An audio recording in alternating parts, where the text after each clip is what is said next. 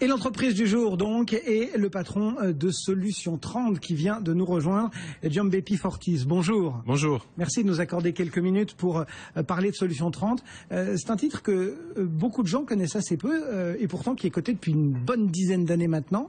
Vous êtes coté sur Alternext. Nous sommes cotés sur Alternext. Nous avons fait une introduction à fin 2005 au marché libre et nous sommes ensuite passés sur Alternext en 2010. Alors, que fait Solution 30 ? Parce que pour ceux qui l'auraient suivi depuis le départ, il y a quand même eu de la révolution dans ce groupe. Ce que nous faisons, c'est fournir à nos clients des services d'assistance technique. C'est-à-dire nous assistons toutes les personnes qui ont affaire avec les objets connectés. Ouais, au début, vous proposiez quasiment du dépannage pour son PC à la maison, et maintenant vous installez des box, vous parlez de fibre optique, d'objets connectés, de compteurs électriques intelligents. En fait, le premier objet connecté en 2004, quand nous avons démarré, c'était le premier ordinateur connecté à Internet par le DSL. Et aujourd'hui, nous rentrons dans les mêmes foyers. Il y a 2 laptops, 3 tablettes, 3 smartphones, tout connecté à un Wi-Fi. Donc, multiplication d'objets connectés, multiplication de chiffre d'affaires pour nous. Mais multiplication aussi de contacts. Aujourd'hui, par exemple, vous annoncez un contrat très important. Dites-nous en quelques mots, parce qu'on ne raisonne pas pareil quand on s'adresse à SFR, à Free, à EDF, à ERDF, etc., que lorsque l'on propose à des simples particuliers d'intervenir chez eux.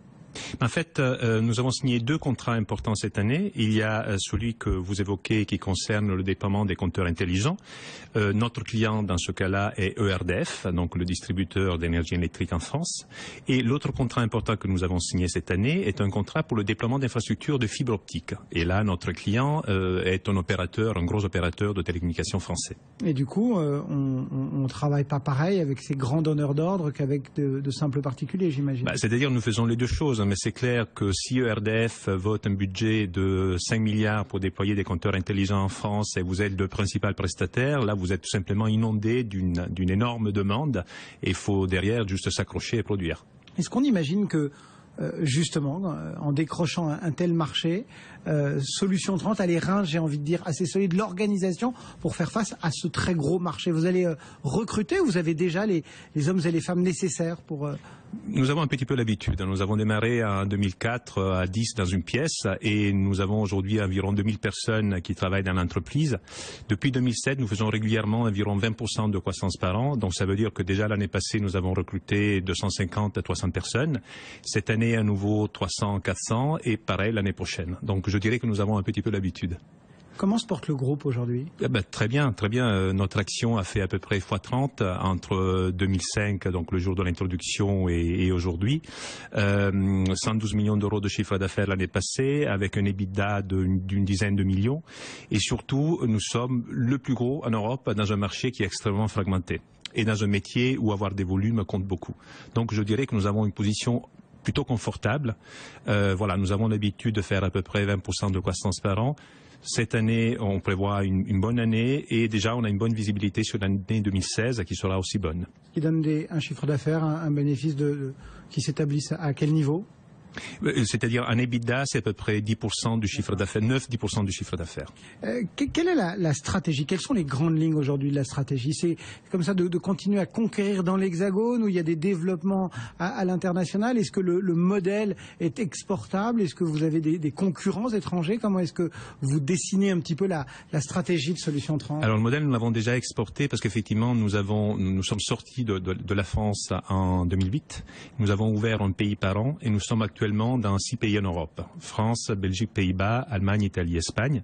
Le modèle est exactement le même dans l'ensemble des pays, donc il est scalable. Et ensuite, la stratégie est basée sur 3 piliers. Le premier, c'est que nous ciblons des créneaux de marché qui sont porteurs, c'est-à-dire à l'intérieur desquels il y a des ruptures numériques. On a parlé des télécoms avec la fibre optique, on a parlé de l'énergie, il faut parler également du paiement avec la technologie sans contact qui est arrivée sur le marché. Donc ça, c'est 3 créneaux à l'intérieur desquels nous avons une forte croissance organique. Deuxième pilier, c'est la croissance externe. Marché très fragmenté, donc il se prête bien à une consolidation. Nous avons réalisé une douzaine d'opérations entre 2009 et aujourd'hui. Et ensuite, le troisième pilier, c'est la duplication du modèle à l'international. Quand vous parlez de croissance externe, c'est-à-dire que vous êtes à l'affût en permanence avec tout votre réseau pour finalement rameuter dans le giron de Solutions 30 de petits installateurs, de petits artisans qui cherchent finalement aussi la protection d'un groupe capable de leur apporter du chiffre d'affaires? C'est un peu ça, mais pas tout à fait. Premièrement, nous avons fait que de l'organique entre notre création en 2004 et 2009. Et nous avons commencé, donc en 2009, donc nous avions un modèle qui était prouvé et plutôt solide. Seulement à partir de 2009, nous avons commencé à faire de la croissance externe et nous avons fait deux types d'opérations depuis. Le premier, c'est celui que vous évoquez, c'est-à-dire l'entrepreneur qui aime bien le métier mais qui ne se sent pas avoir les reins suffisamment solides compte tenu de la demande, donc il préfère s'adosser à nous.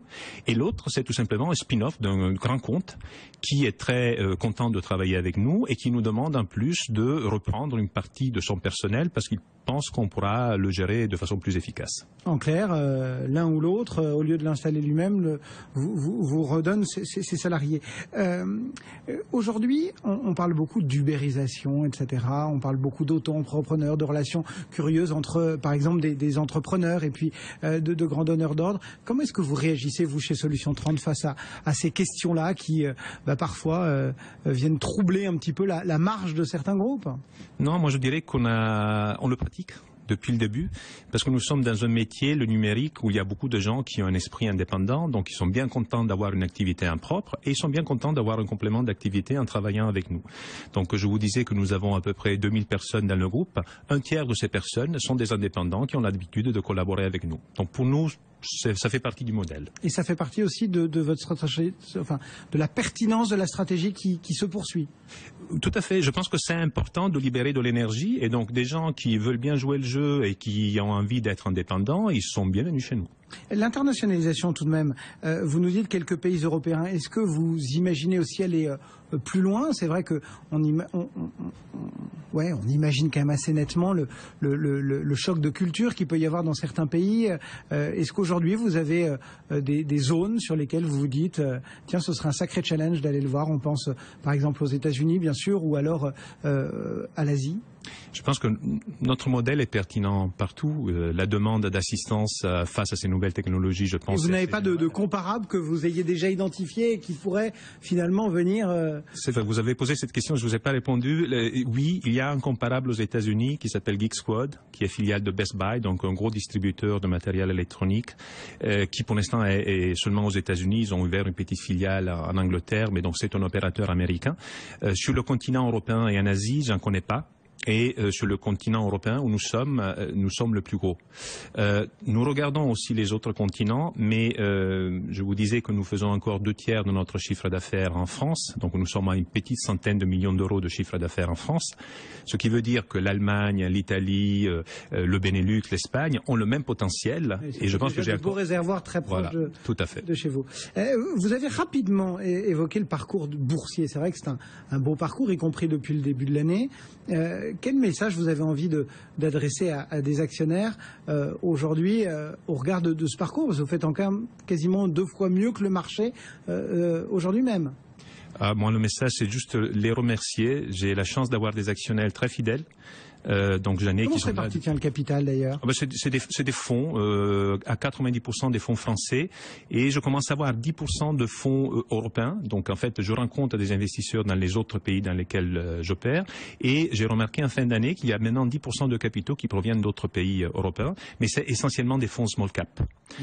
Donc ils comprennent bien la stratégie et qui sont prêts à m'accompagner dans la durée. C'est pour ça que je veux les remercier parce qu'ils sont là depuis longtemps. Certains sont là depuis vraiment le début. Et ils ont bien joué le jeu. Et qu'est-ce qui intéresse plus particulièrement les fonds mid-cap, par exemple? C'est vraiment la création de valeur? Je pense création de valeur. Ils ne me demandent pas de dividendes, donc ils me laissent travailler, me laissent réinvestir l'argent que nous gagnons dans l'entreprise. Et ceux qui recherchent, comme moi, c'est de créer le leader dans ce métier en Europe. Une dizaine d'années après l'introduction en bourse, qu'est-ce que vous pensez finalement de la vie d'une mid-cap en bourse qui se développe, etc. C'est essentiel pour accélérer le développement d'une entreprise qui a identifié un business model? Moi, je dois dire que je l'ai plutôt bien vécu. Je pense qu'on avait déjà adopté une discipline qui nous permettait d'être compliant avec les contraintes de la bourse. Donc, ça s'est plutôt bien passé. Je pense que l'échange avec les investisseurs et les analystes est utile. Donc, je pense que ça a contribué à nous tirer vers le haut. Et bien voilà ce qu'on pouvait dire de Solution 30, un groupe coté à la Bourse de Paris sur Alternext, et son patron Gianbeppi Fortis était avec nous. Merci beaucoup d'avoir pris ces quelques minutes pour nous rendre visite sur le plateau d'Intégral Bourse sur BFM Business. Très bonne fin de journée.